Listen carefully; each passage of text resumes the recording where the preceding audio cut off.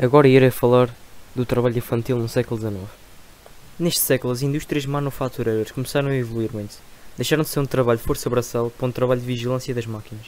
Por isso que eles recorriam às mulheres e sobretudo às crianças para este tipo de trabalho, porque elas eram mais aptas do que os homens. E por causa disto, nestas indústrias haviam grandes aglomerações de mulheres e crianças nas oficinas. Isso trouxe muitas consequências, como a prostituição escandalosa, a corrupção moral das mulheres, a embriaguez, a degradação física e mental dos operários, o mal-estar, os vícios e os crimes. Essas consequências todas desenvolveram-se sobretudo nas classes obreiras. As condições de trabalho eram miseráveis, os locais eram muito pequenos, tinham muitas pessoas, a ventilação era escassa, a temperatura era muito elevada. As crianças tinham de estar numa posição violenta e sedentária, tinham que estar horas curvadas a vigiar as máquinas. O normal era ter que trabalhar mais ou menos 15 horas e meia por dia.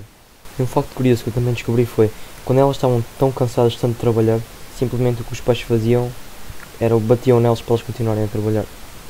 E o único momento que tinham de pausa era meia hora para almoçar e uma hora para jantar. E eles não comiam quase nada, porque pronto, eram pobres, quase todos. E por vezes eles tinham de ficar mais tarde até nos fins de semana por causa de grandes encomendas às vezes. E por causa dessas condições as crianças ganhavam muitos problemas, tais como a debilitação das forças físicas que impediam o desenvolvimento do corpo e infecções de faculdades mentais. Graças a isto havia uma velhice prematura. Ou seja, o que é que isto significa? Quando as crianças chegavam mais ou menos aos 20 anos, pareciam que tinham 40 ou 50.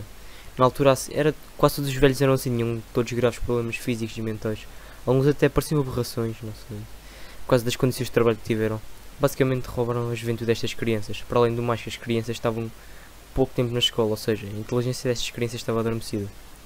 Mas em 29 de agosto de 1833, algumas coisas mudaram com uma nova regulação.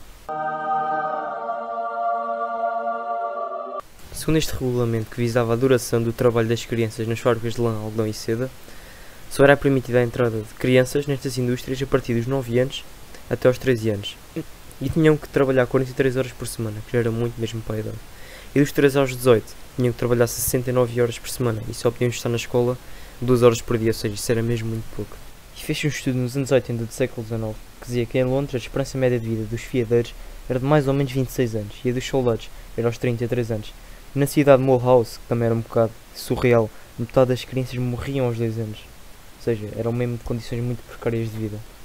E nas cidades de Inglaterra, França e da Bélgica era onde haviam os maiores grandes viveiros de prostituição, embriaguez e crimes. Tudo isto por causa das condições de trabalho miseráveis que eles tinham. E em França surgiram novas regras que diziam que para uma criança ser admitida numa fábrica tinha que ter pelo menos 8 anos e trabalhar 8 horas por dia. E dos 12 aos 16 tinham que trabalhar 12 horas e estas duas classes já não tinham que trabalhar de noite. E estas crianças trabalhavam todos os dias, menos ao domingo, por causa de uma lei religiosa estabelecida pela lei civil. Em relação à escolaridade, cada criança tinha que estar 3 horas na escola por cada dia de trabalho. Ou seja, era melhor do que antigamente, que era só 2 horas, apesar de ser pouco. E haviam 2 grupos de trabalho. Os que iam à escola de manhã e trabalhavam à tarde, e os que iam à escola à tarde e trabalhavam de manhã. E os operários eram mandados para as fábricas junto das crianças. Isto tudo aconteceu por causa de ideologia liberal do Estado. Ou seja, a ideologia liberal era promoviam a mínima intervenção na vida das pessoas e das empresas. Era por isso que os operários, sobretudo as crianças, tinham as condições que tinham. E se não fossem essas crianças, pronto, os operários crianças, a maior parte de crianças, não teria acontecido a Revolução Industrial e provavelmente o mundo não seria o mesmo hoje. E não teríamos, pronto, os mesmos hábitos que temos hoje. E provavelmente o nosso mundo seria muito diferente do que é hoje. Fim.